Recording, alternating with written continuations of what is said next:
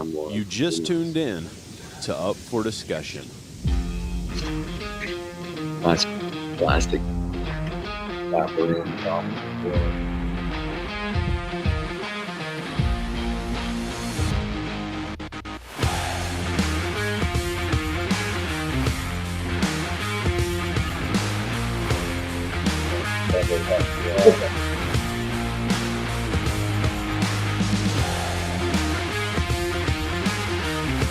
Lots of this.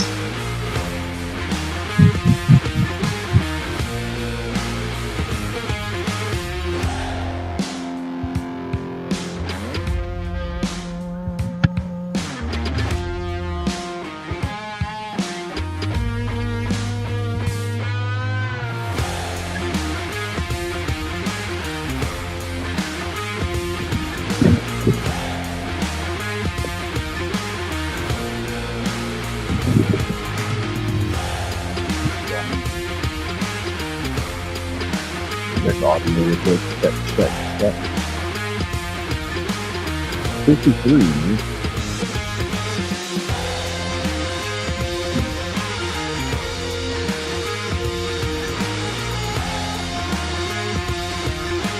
Check. Yeah, that's good. 1, 2.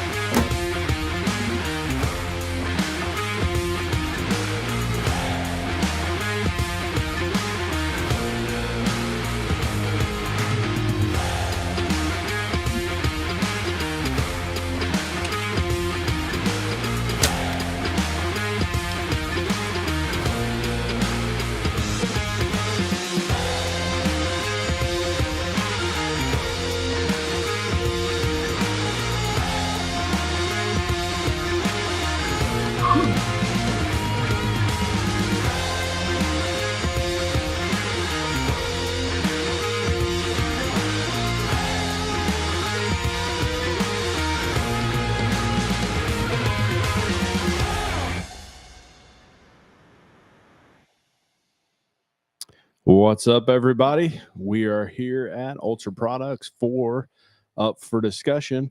We appreciate everybody that's tuning in already, and we are excited about what tonight's going to bring.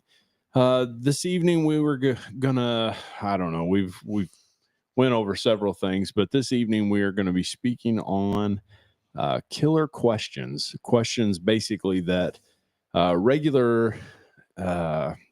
regularly in the shop we get asked, and questions that we feel like would equip guys better in the upcoming season to kill.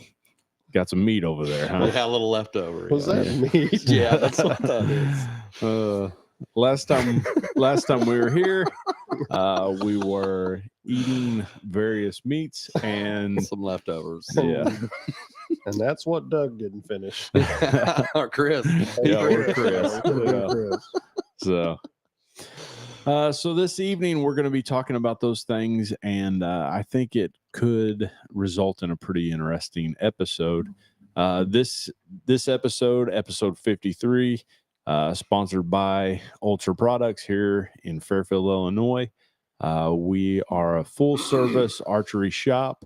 We deal in Matthews Archery or Matthews Bear, PSE. We've got Elite coming into the shop, Bowtech, Darton. We sell a lot of Dartons here. So we've got a full service shop. So when you come in, we can fully set you up. And that's part of the reason why this evening we're talking about the things that we're talking about, because we're not just run of the mill, Joe Blows. We're guys that work on bows every single day, pretty much literally every single day. And because of that, we know what we're talking about to some degree. So To some degree. yeah. A high degree. Second to none. And I guess as we go through questions, if you have a killer question, Yeah, there you go. put it in the comments.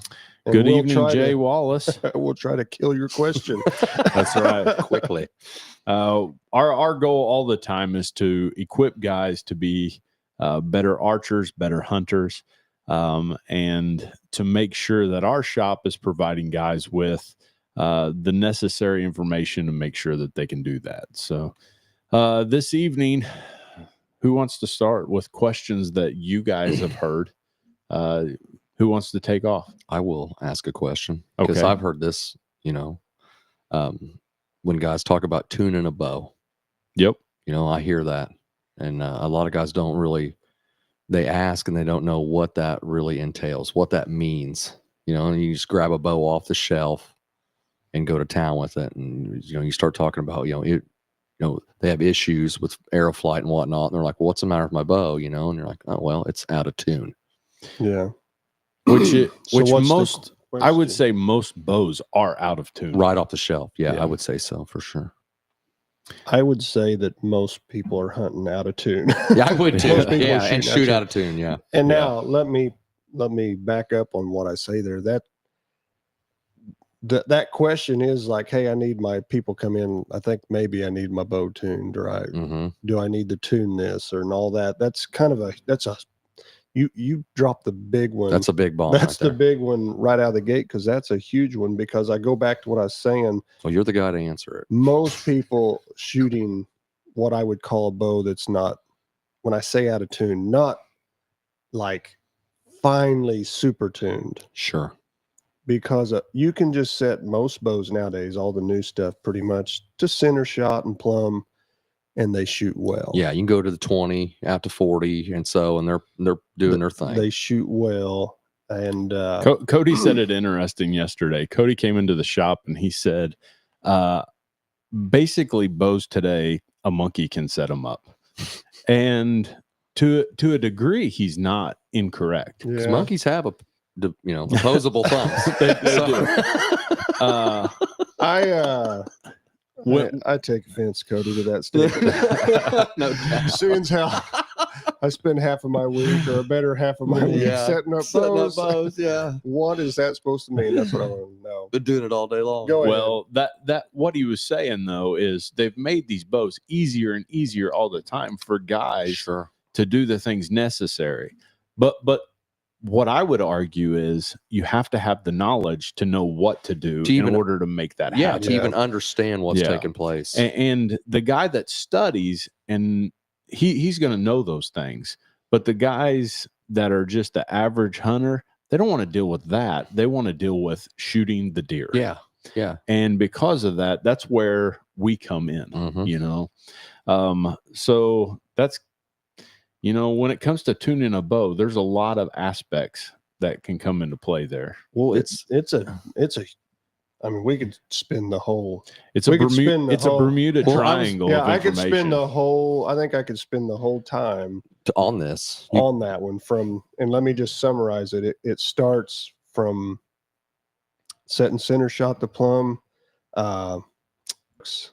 shooting through paper, cams left, right. Now we got limb shift, limb deflection.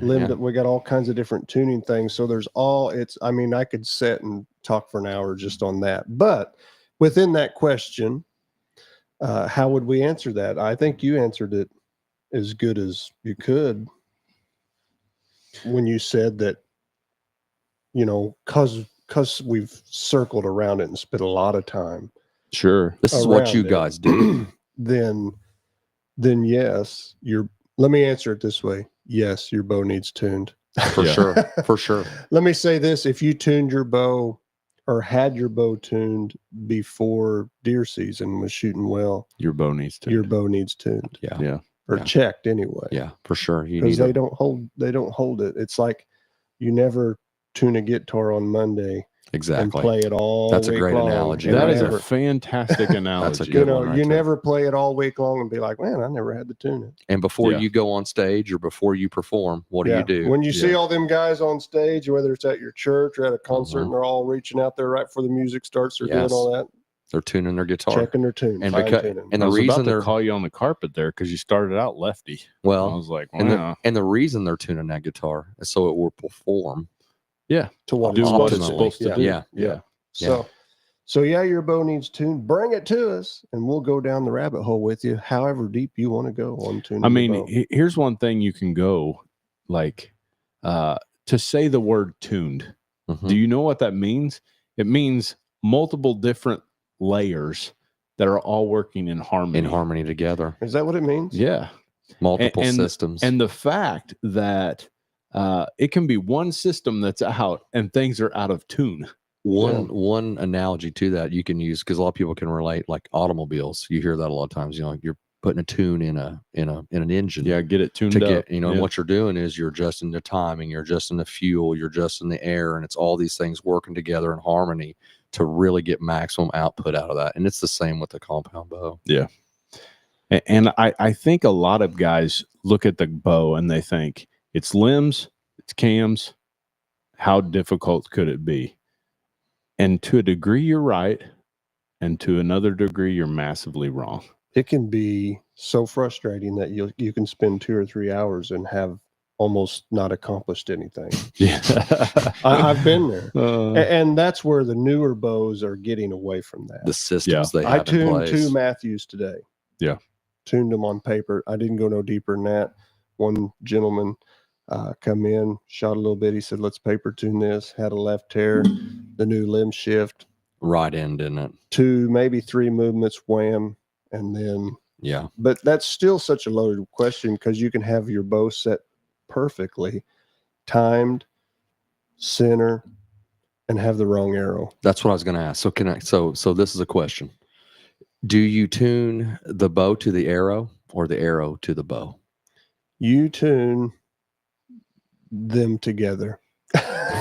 Really. Here's what I've found. You have to start right. Let me put it that way. And then you start with you start with the foundation. With the correct spine arrow. Well, I start with the bow. Start with the bow. And but here's what I found. Depending upon what arrow it is, certain bows, it seems like they like a different arrow. They do, don't they? Yeah. They do. Like you can look at your charts and you can be like, this is where it needs to be. And it can still be ugly. I've noticed that speed has a lot to play with that. I'm seeing that.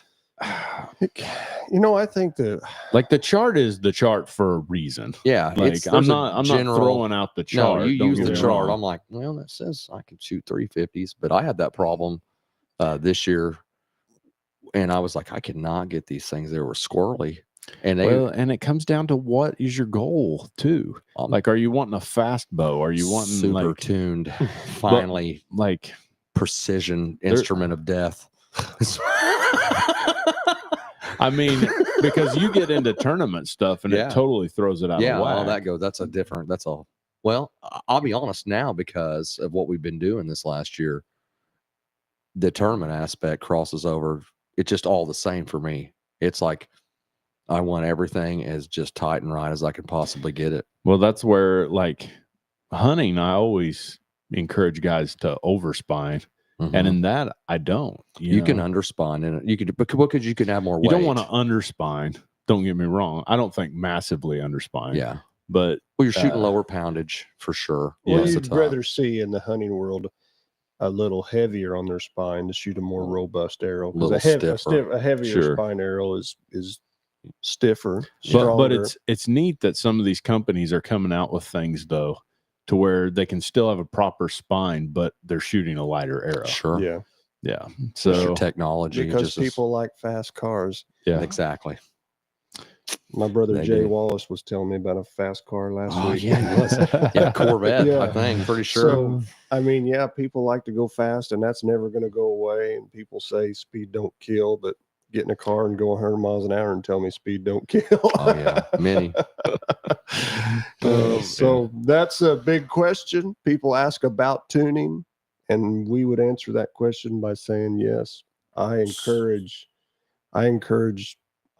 spending time around your tune, because of an arrow that's flying, how'd you word it, tight and right, penetrates better, hits the mark more accurately, and three fletch, two fletch, four fletch. Is that the next question? Well, that's part of your tune too. That's part of the tune. It is. To some degree, it's part of the tune.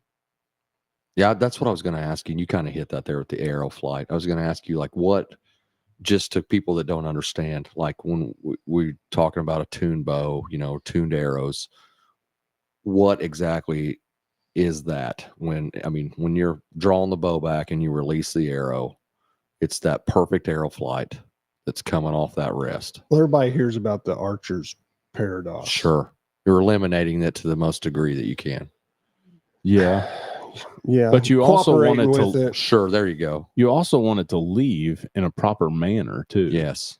And you've got to make sure that your rest is properly placed, that it's leaving from the proper spot in the string. Yes. Like there's a lot of aspects to it that, it's not crazy deep. There's some but science it is very to it important. for sure. Yeah. Those two things you just mentioned are the two easiest things. Yeah. But they're foundationally important. Set your center shot is your left and right on your rest. And then get your up and down in your string, which as long as it doesn't go away, is the center of the burger hole. Yeah.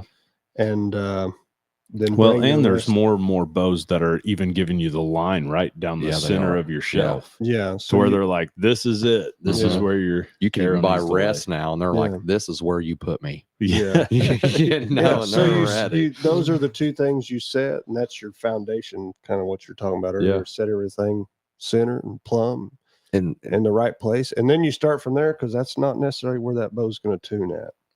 That's correct. And what that will equate to, when you have a finely tuned bow and arrow, is you will find yourself being able to repeat that precision shot over and over again.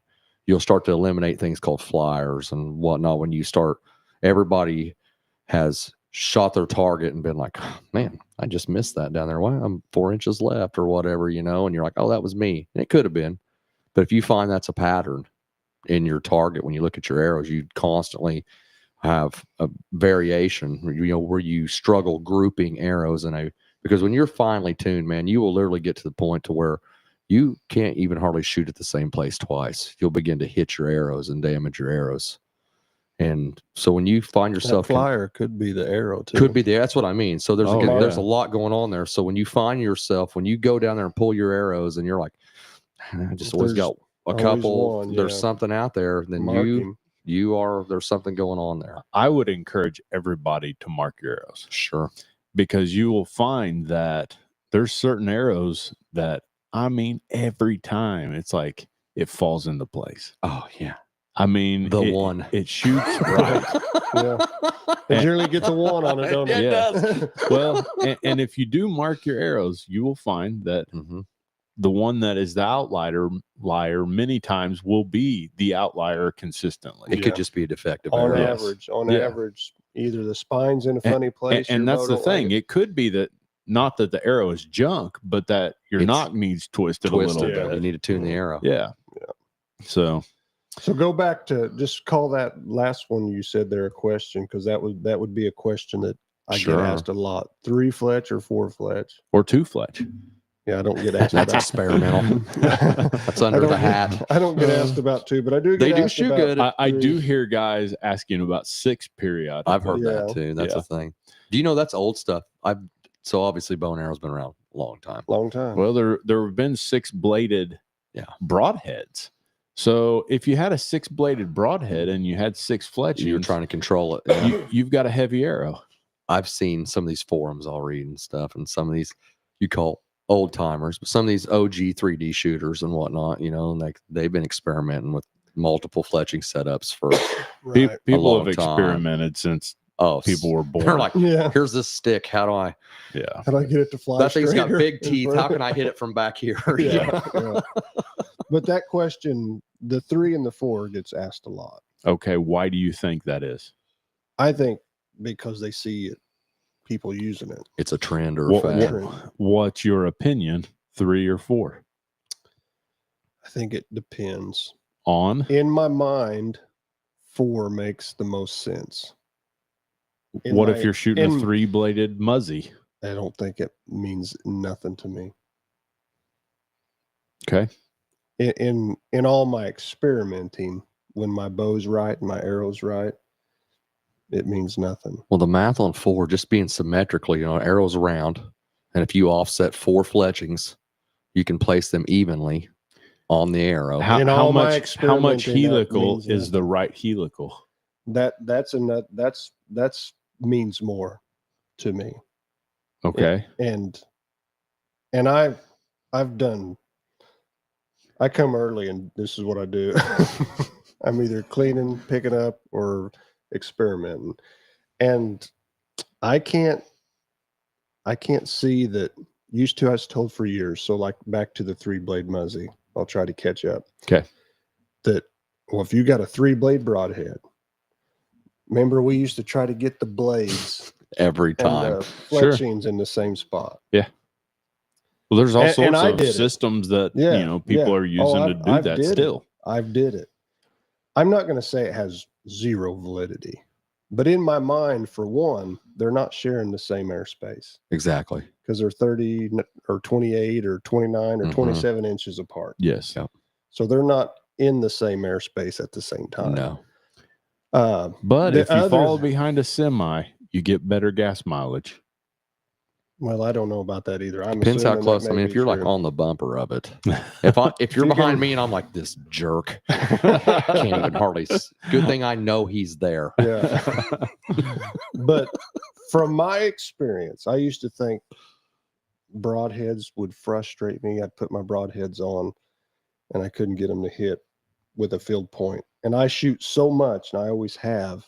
I don't like mechanical or I didn't like fixed blade broadheads for that reason. Because they would fly Because I squirrely. was like, I shoot too much, and I don't want to have a broadhead hitting one place and a field point hitting another, Mhm. because I'm not going to change my sights every other day when I come out in the backyard Sure. to check my bow, and I'm not Sure. going to shoot broadheads till they're just all junk and dull. Sure. Yeah. So I used to shoot mechanicals solely based upon that. The arrow flight, better fly. I never did. You can attest. I never have chased a huge cut. That's just not really.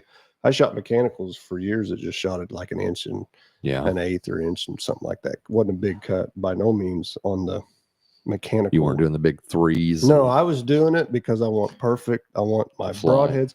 And what I learned was, See, I'm the other guy. I've always chased the big cut because I thought Make it was, 'em bleed. thought it was cool, man. Yeah. You know, Until you hit him in the shoulder. big old holes. yeah, I like pin shooting dots, Precision. and precision. But the what I have found over the last 3 or 4 years of really diving deep into fletchings, arrows, and perfect tuning is that all that stuff that I was just talking about makes no difference. It's all about perfect tune, right arrow, arrow tune to the bow, spine aligned, all that stuff, bear shaft knock tuning. I get all my arrows bear shaft knock tune. I've done it. I could screw. So Any- you're saying tuning is the Is the priority. end all to be all. Yeah. You have to have it tuned. Yeah. And then beyond that, Now, you have some variance on choosing. yeah, because we've got buckets of broadheads, Sure. just like miscellaneous, one of this, two of that, one of that either we got in trade or we got when we bought Ultra. Yeah. I just laid them out and started screwing them on and shooting them.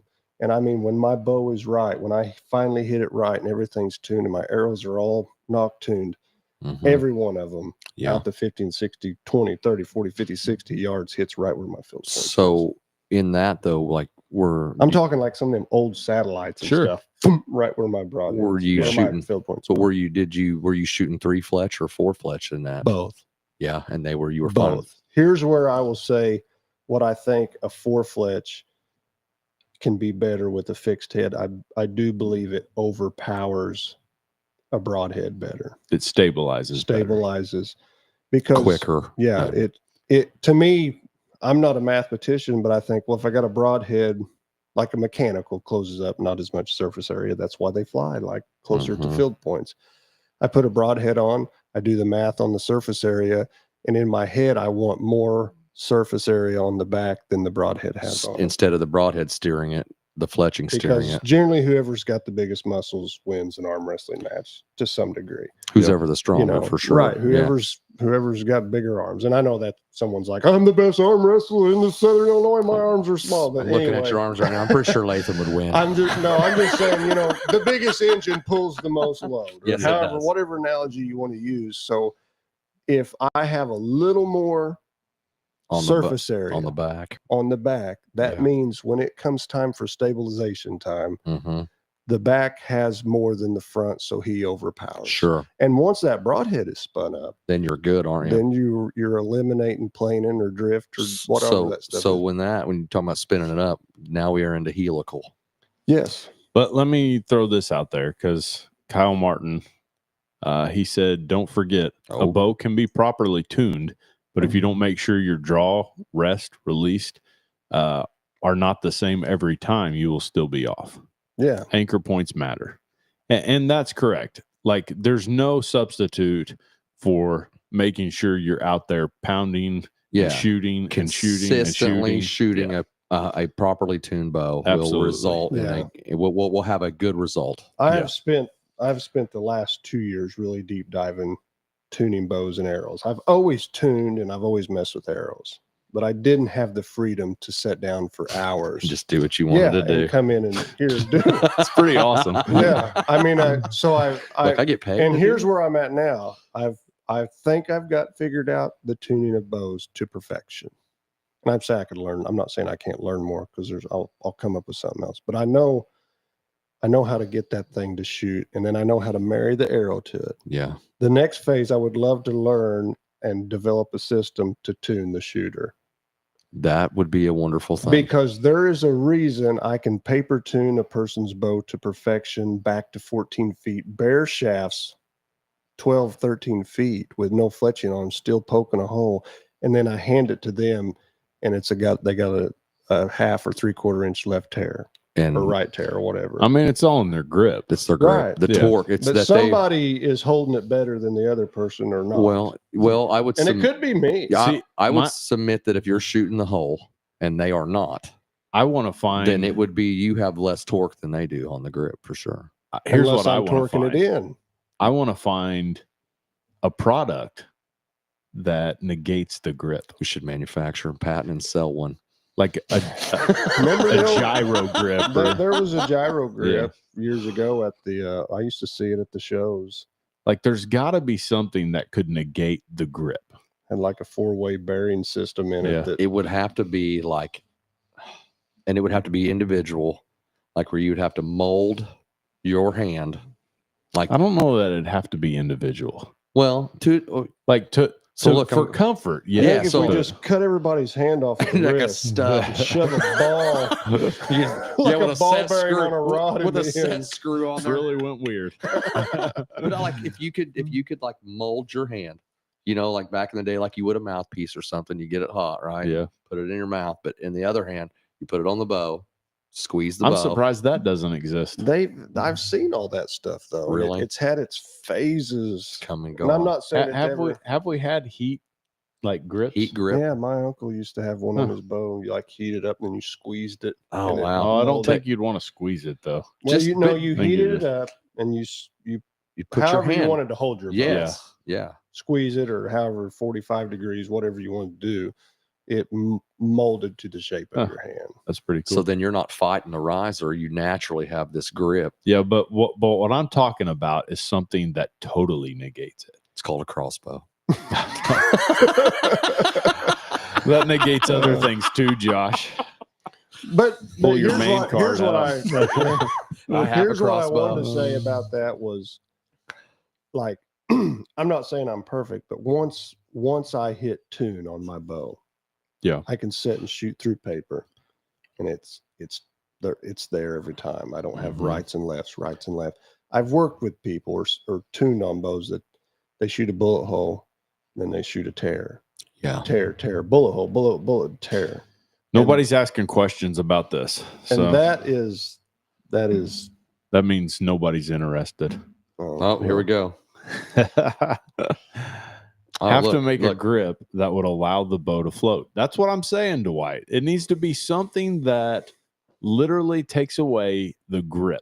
Like it would be like a gyro. Sure. Yeah, But it can't be exactly that. It would have to it's be been done. very fluid. It has, but it hasn't been done right. It probably hasn't been done to perfection, or Yeah. it was perfect and it just never the right never didn't took get in the off. right hands. never marketed right or caught on. All right.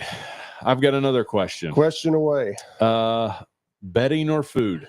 Where do you put most of your stands? Me? Yeah. Well, I am probably more of a betting guy, honestly. Jay Wallace says he resembles the remark of cross guns. So do you, Jay.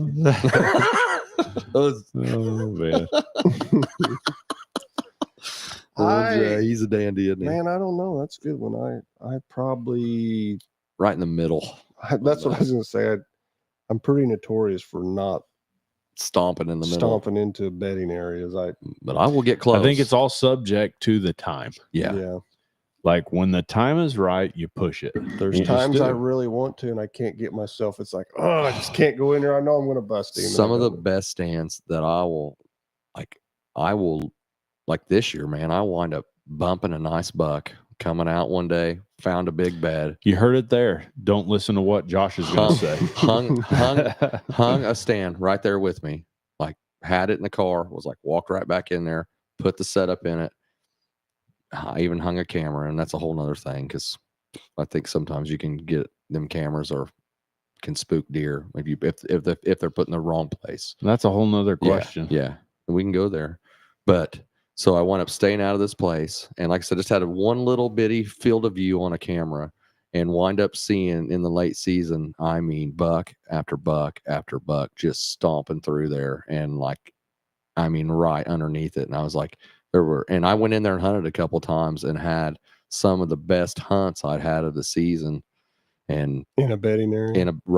in the middle of it. See, that's Depends when on the time. I think at the right time when it is hot, Yes. like I had one clean walking yourself in circles as much as around you me. can and get right in the middle of Go it. for it, because I mean, you can. How many times have you sat there, and we can all attest to this because we've all grown over the years of hunting, and you can be like, Man, them deer are over there in that corner.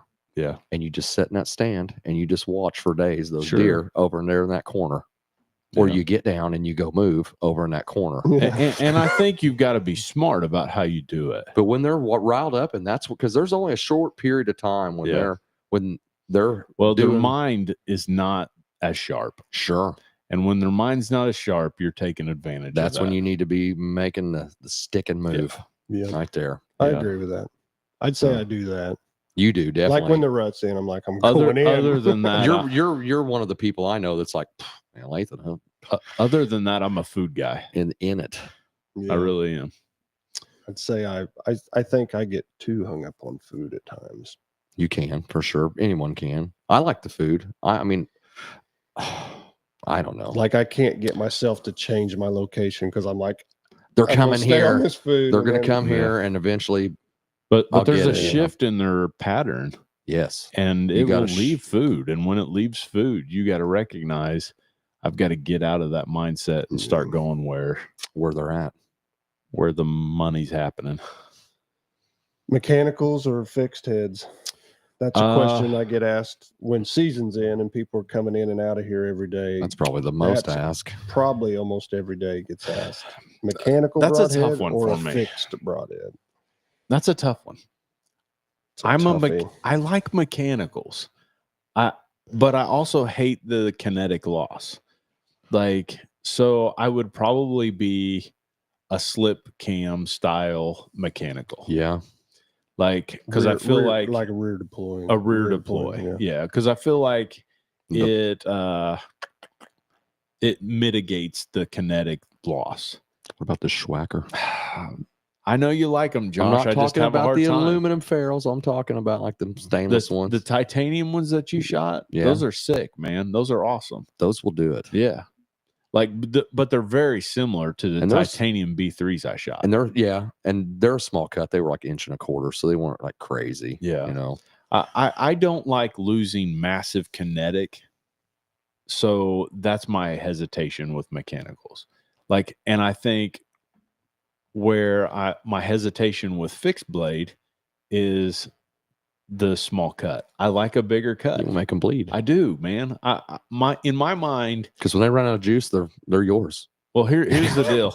If I pick a small scab, I get a little blood. If I pick a big one, I'm getting a lot. You know, like I mean, Lathan impressed me this year with some of his shots. With your, you went solely fixed blade on all your kills this Mhm. year. I knew you were packing a mechanical for the On- playing the yeah, weather. yeah. But I'd like, pack a mechanical because I went out here on a real windy day and done a test with mhm.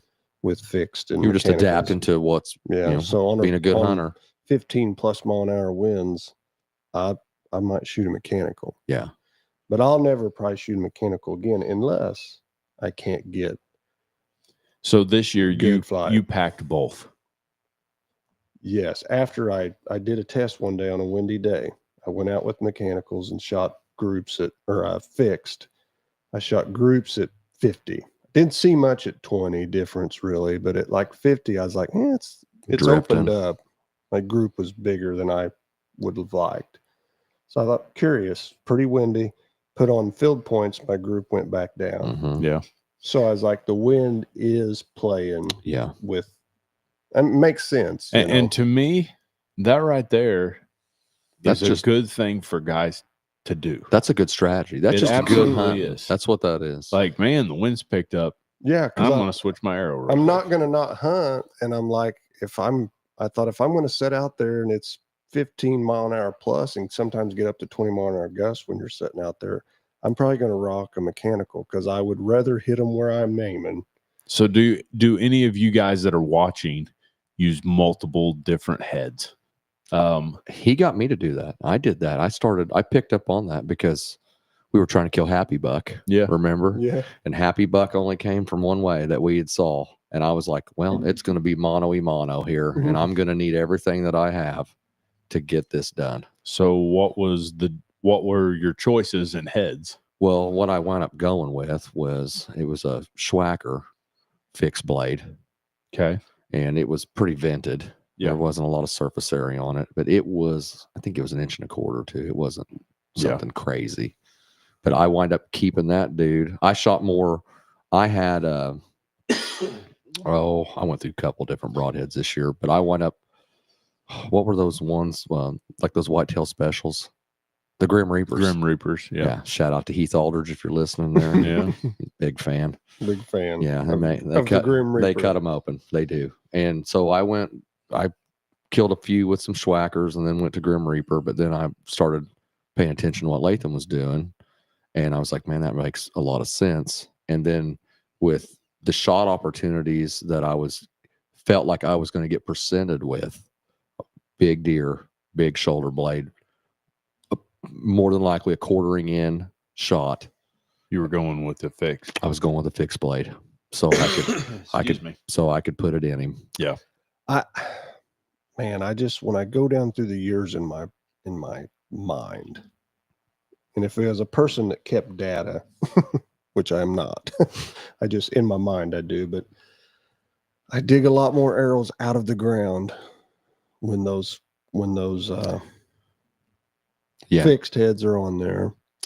That means I shot through more animals all the way through them. 2 holes. I dig a lot. I dig a lot more arrows out of the ground when I shoot micro shafts. Oh, that's another one. Yeah, that's so a debate too. yeah. They both work well. Anyway, Yeah. I don't know. Are we going? Well, you there? went to 5 mils this year. You did go 5 mils. You stepped it down. I like the 5 mil arrow. Less Yeah. surface I do like area. it. They shot good for you, didn't they? Yeah. I will tell you this: what you said regarding lighted knocks makes major sense to me. What's that? There's not a lighted knock that is great for a 4 mil. There's not. I don't think there is. I agree. And because that's the case, like I had one that snapped on me this year, and I don't want to lose a bow over a lighted knock. You know, I don't want that to be the chink in my armor, basically. Yeah. Some of the ones I met, I had issues with some lighted knocks this year, and I found them to be kind of unreliable. They were tight on the string. They were pinching a little bit, and just overall, there's not a lot of knock there, man. There's not a lot of plastic there, and they're soft, and they're, you're talking about a 4 mil. I'm just talking 4 mil. I'm not much room. There's not much room to get all that on a 4 mil arrow. technology crammed into that. They need to make like an outsert For the knock. They need more material because I even set my bow down one time and didn't realize it. And I'm glad I didn't shoot. I picked it back up to put it in the car, and I was like, my knock was like, oh, that would not have been Not good. not good at all. Not good. Jay Wallace said he had in his hard head for a long time that mechanicals were just something else to go wrong, but he loves them now. So the big debate there is, I think we settled it. Jay does have a hard head. Let me put my thoughts to bed on the mechanicals, and because I want to answer the question how I answer it when people ask me in the shop. Sure. There's like, so what do you think? Mechanicals or fixed heads? What should I shoot here? I'm like, depends. Obviously depends on your poundage and all that stuff. If you're pulling 35 pounds, probably should shoot a fixed head. That being aside, that's generally not the case. Sure. I'm like, well, if I feel like that person is not going to have a perfectly tuned bow and all that stuff, I tell them, I'm like, do you shoot a bunch? Oh, yeah, I shoot a bunch. Do you have problems with fixed hitting where your field points are hitting? Generally we do, I was like, and if they don't want to, do you want to tune your bow? yeah, if they don't want to go through that, basically This is for you on a find a way. mechanical. I mean, you find a way to ask that question. I'm like, then I would shoot mechanical. Yeah. Because I would rather hit where I'm aiming, and pick a good one, pick the right one for your, because there's small cut mechanicals, there's huge cut mechanicals. Pick one that works for you, but so that's kind of how I never just say, oh, because I'm going to shoot fixed always. Yeah, you need to shoot bias fixed, because I'm like, that may not be the best case scenario. They all have their application. Here's a common question that we get.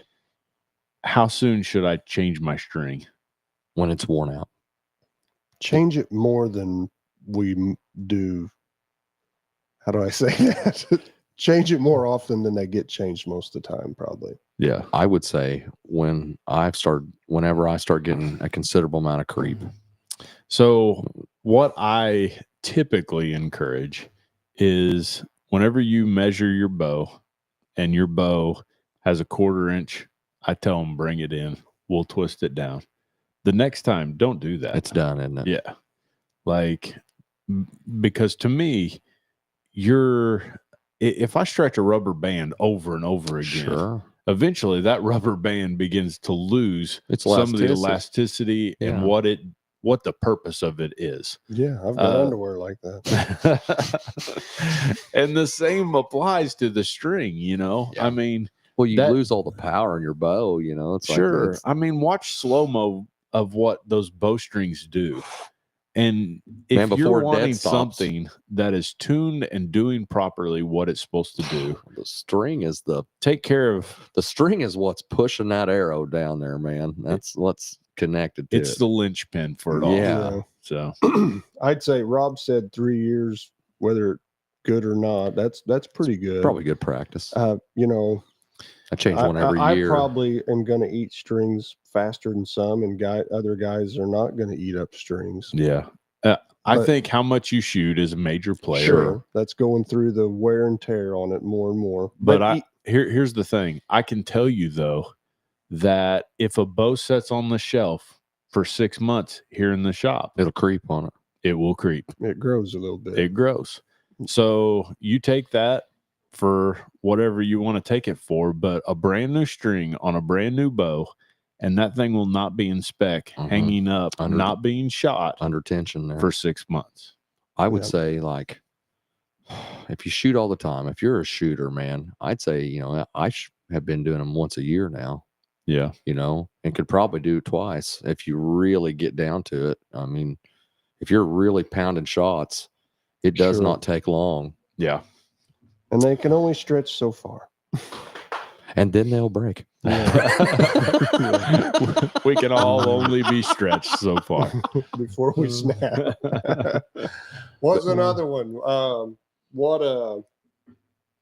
I had one in my head just a second ago and I lost it. It'll come back. What's the best boot? Best boot? Oh, that's a good one. Rubber or laced? Yeah. Most guys go rubber. Around here, I'd say rubber. Did you see Sitka come out with a new? Yeah, I did. I did. That's got to be the ugliest boot I've ever seen in my life. Oh, but they'll make $1 million off of that, baby. But it's good. The benefits of a rubber boot without the rubber. Yeah.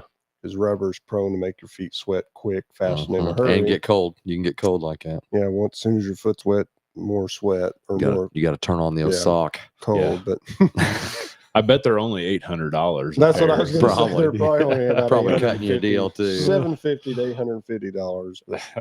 Anyhow, I would Southern Illinois rubber. After November. I wear rubber boots. You got to. Your socks are wet. That's know how many times I've had to step in water that I was like, it's almost over, but I think I can make it. Dude, so, when we walked out of the swamp that one night in the dark, I would have kept shining my flashlight down. I was like, oh, easy. I started scooting. We walked a half mile through 3 inches of water. I was like, I was scooting. I was like, I'd turn my headlight down. I was like, oh, you see those videos? You see those videos where a guy's walking through water and then the next step he disappears. That's how it was. That's how it felt like it could happen. There was that one spot we stopped. We both looked down. I was like, that water's a little darker. I was like, see any vegetation in that water. But, oh man, that was you fun. could step off in a ditch and be up to your waist. But I would plots or not. Oh, I think if you got the right place and the time to put in the right kind of food plot, put it in. Spring or summer. Spring. Yeah. Get it going good. I'm a spring guy. I think the ones that we've put out the in the guys spring. that like right now is a prime time to be putting them your in. frost. So you can go see some stuff in right now. It's like a piece of cake. I don't know if we've ever, and we've been back in the day, you more now than me for sure, but back in the day we throwed our hand at some food plots. Yeah. And we never had a summer plot that I was like, killer. threw our hands They- up in the air so many They times. dry like, up, don't they? what in the world? It's wasted. But we did have some spring plots that were stellar, and they even proved during season to be stellar. Yeah. So I would say spring, get it out there, get it growing, maintain it, take care of it, and then come fall, it'll pay dividends better than a summer one will. Rob says, just make sure you get to hunt what you plant. There's been a few times over the years that we planted ones, and I think people saw that we planted them, and they were like, I think it'd be better if you found another place to hunt so that they could hunt over our food plots. Oh, really? Yeah. That's ornery.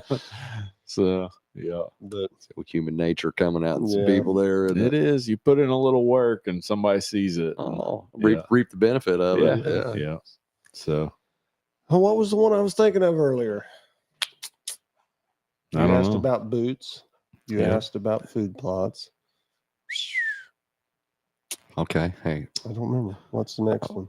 so we can talk about some stands. What kind of like your setups? I think the run and gun is definitely the hot thing right now. Yeah, It seems definitely- that way. Makes you a more mobile hunter. It definitely can put you in a place that you previously would be forced to just sit and watch. Here's the question though, because this is killer questions. Mhm. Does it increase your ability to kill? Absolutely.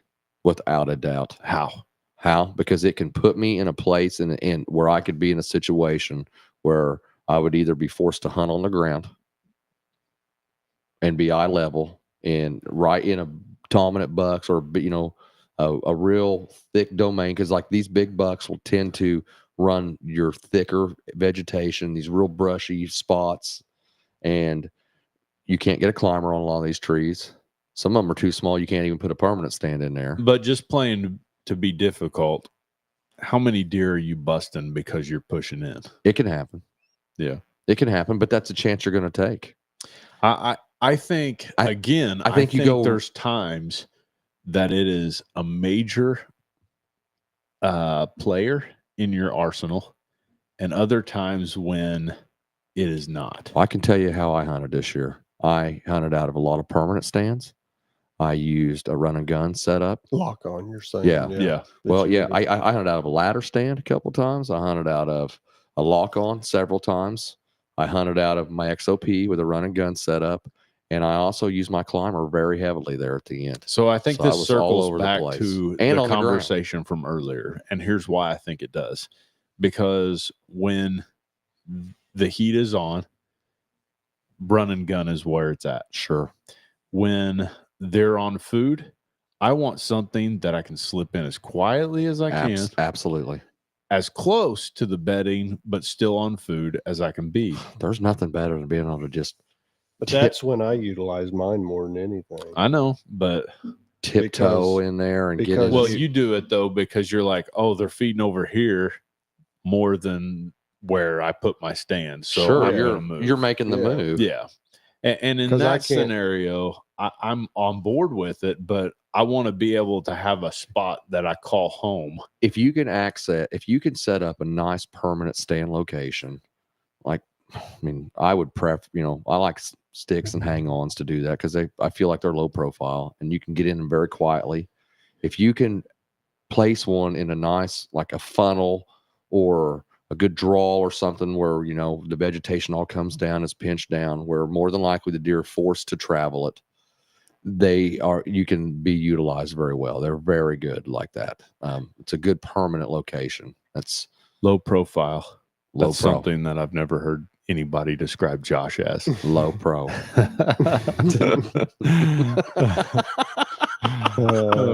That's So, how I felt. That's do how I you- felt down in Coleman. So when you go to a stand that's, what do you call it, a home that you go to? Yeah.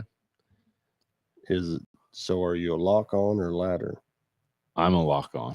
Yeah. I think ladders are for old men. I do. Yeah. Like I'm not looking to insult Sorry, anybody. I I'm don't know. saying Dude, I'm going to say that ladder stand we hung down there. made me feel like an idiot every time I sat in it. I mean, man, I had all kinds of action out of it. I was like, this is nice. I was like sitting right there, and that could have paid some dividends. But there. here's why I say that. I've always hunted with Lathan, and anytime we went to the stand, if you were comfortable, you were doing something wrong. That's Well, right. I That's would right. find I was comfortable. Well, It I would be is. doing this, and I get so comfortable sometimes. I'd be like, And the deer walk I'd be past like, you. oh,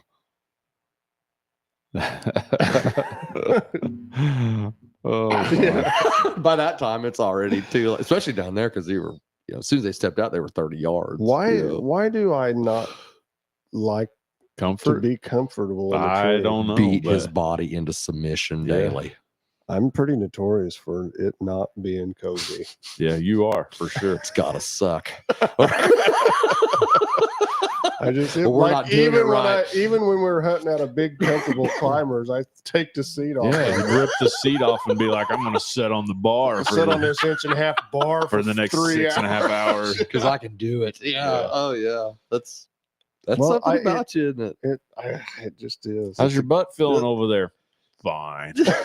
Feels You're- great. You're lying. It's but I numb. can't say That's that what it- I'm ever like, when I say uncomfortable in my setups, not, I don't know that I'm ever up there like, oh, I'm hurting. It's bad. It's terrible. You know. Well, and- you and tough through it. You've learned. Maybe. It keeps me alert. Yeah, I'm sure. This, I will say this is the first year that I saw Lathan do a comfort move, but I felt like it wasn't entirely comfort, but he went to a larger stand because he's like, Well, I think that makes me more comfortable in my head. Yeah. I think I like that idea when he went to that bigger platform. That stand messed with my head. Yeah. It just messed. And I like you, it's almost out of character because I'm like, can we make the platform smaller? I know. I would stay. I was literally expecting you when I bought you the platform. Whittle it down. No, when I bought the platform for the saddle, I was expecting him to take that and actually stand up and just be set, like use it as his platform. My problem, if that one that you're talking about, if the cables were just a little The different. cables could trip Yeah. you up pretty good on that. And I it's could not see that I it. was like scared of falling. That wasn't in my head. I just had several You couldn't hunts. turn quick enough. I had like- several hunts Put your where, feet too close together. where deer, like, say they were coming this side, I'm like, I'm good. And All it that maybe being wasn't- said, I like XOP stands. Yes, I They do are good too. stands. Yeah. I do Yeah. too. That one size up, I enjoy I mine. was like, I'm back in love. This is the again. cold. Back in comfort again. But was I the- had in the- quite a few that were like, say that I wasn't even going to shoot the deer, but they came on. I thought they were going to come this way. And you always go through that scenario. If I was going to shoot her, I'd shoot her right. Yeah, you got your And then spot. they doubled or something and went behind me. And I was like, I couldn't hardly get Turn in position around. without spooking them. And I was like, if that's a big deer, it's over. There's a good chance it's over. And I just wanted that out of the deck of cards. How's it feel What's that? to be know weak? that I'm the one that is sitting in the uncomfortable stand? Yeah. Getting Well, it they're done. they're basically the same comfort. They're the same hive, same I seat say size. no. I say no. I mean, That's just like- I can stand on this one the same as I can stand on this one. But well, when that buck goes around you and your toes are tangled up in those cables and you can't get a shot, I go, how does it feel? Yeah. To know how's that it you feel to could have watch killed that deer if your to watch platform 3 inches wider is all I. It makes a difference. It increases your shot angle because you can definitely get out there a little bit farther. I will Yeah. say this: shooting one this year, being 6 foot high, Was That's cool. having wasn't it it? right in your face was pretty awesome. That was cool. It was Yeah. neat. So, When I walked around a corner and I seen you sitting in that tree, because we were together, but I wasn't with you. yeah. You did it too, dude. I was like, you were as high as the camera tripod. Your Listen, feet was. Yeah. That was something to be proud of, man. That hunt you guys did, and you scored on that. Like you went into some uncharted territory, some straight up wilderness, Well, That's I was hunt- like, that's and hanging you- hunt Where's right the there. bed? and Where's the you did bed? it, and you Yeah. did it, man. You got it done. Yeah. Hats off, Wes. It was cool. Oh, man. Then he got you to go get his deer for him. Yeah, because I just didn't want him in there stomping it all down. The next you guys don't even know. He shot this thing so far back in the middle of nowhere, man. That's It right was back there. nowhereville. Yeah. It was. It was a Did we mile. leave separate that night? We did. Yeah. Yeah, you did. I had I a hunted- wrestling meet to get Yes, to. and I left hunted my early. way back through Yeah. Had because you- that's when I walked past the guy. the camera. Yeah, there was a guy back. I was like, "Did you?" I called you. I was like, "Hey, Did you walk? Yeah. I thought he forgot something and walked back It was by. dark 30, and I was going down, coming out, and I heard someone whistle, and I looked up, and there's a guy hanging from a saddle right above me. I never seen him come in, so he had Yo. to come in over on. I've heard some on us. interesting stories this week. Yeah. Yeah. Gail Moore came in this week and was telling a story. He said he was out country cruising, stopped to take a leak, and while he's taking a leak, Someone whistled at him. no, he's standing at the side of his truck. He said an eagle lands on his bumper. Wow, Yeah. that'd be a little intimidating. He's like, it scratched the crap out of my tailgate where he came into it. Like, yeah. that would be a little. Yeah. That's a big bird. Really did. No way, man. And I was like, well, I've got a story that I can top on that. Me and TG were out one night, and we were over by Iuka, and there's I'll just say I did an illegal act. I littered, but we were I stopped and was taking a leak off this bridge. Off the bridge, yeah. Yeah. And I was drinking something. Non-alcoholic. Yeah, I just Mountain drinking a Dew. soda or Mountain something, Dew. and I threw it off the bridge, and I'm still finishing taking a leak, and the bottle comes back up. No way, someone was underneath the bridge. Yeah. I was like, we're out. We're out. I remember I seen you guys shortly after, like you got back or something. You was telling me that story the next day or something. Yeah. You was like, dude, and the bottle came back up and tonk. You know that guy, bounced on like the you're bridge. peeing off the bridge. Yeah. Yeah, so that guy's like, no way. You know, I mean, I guess he was down there fishing or something, but I've been living underneath there, scared man. me to death. Oh, I Yeah. guarantee it. Yeah. All right, That's unique. man. Killer questions. Killer Got questions. any There's more? so many more, and we encourage you to come in and keep asking them. Yeah. And we'll do our best to answer and help. We like answering questions. Yep. Yeah. And Solving problems. and sometimes we just like to hear ourselves talk. So- Apparently, because we've been here for long enough. all right. We appreciate you guys tuning in, and we'll catch you back next week. But until then, make sure you know that we love you and Jesus loves you. Yes. So you guys have a good evening. It's been up for discussion.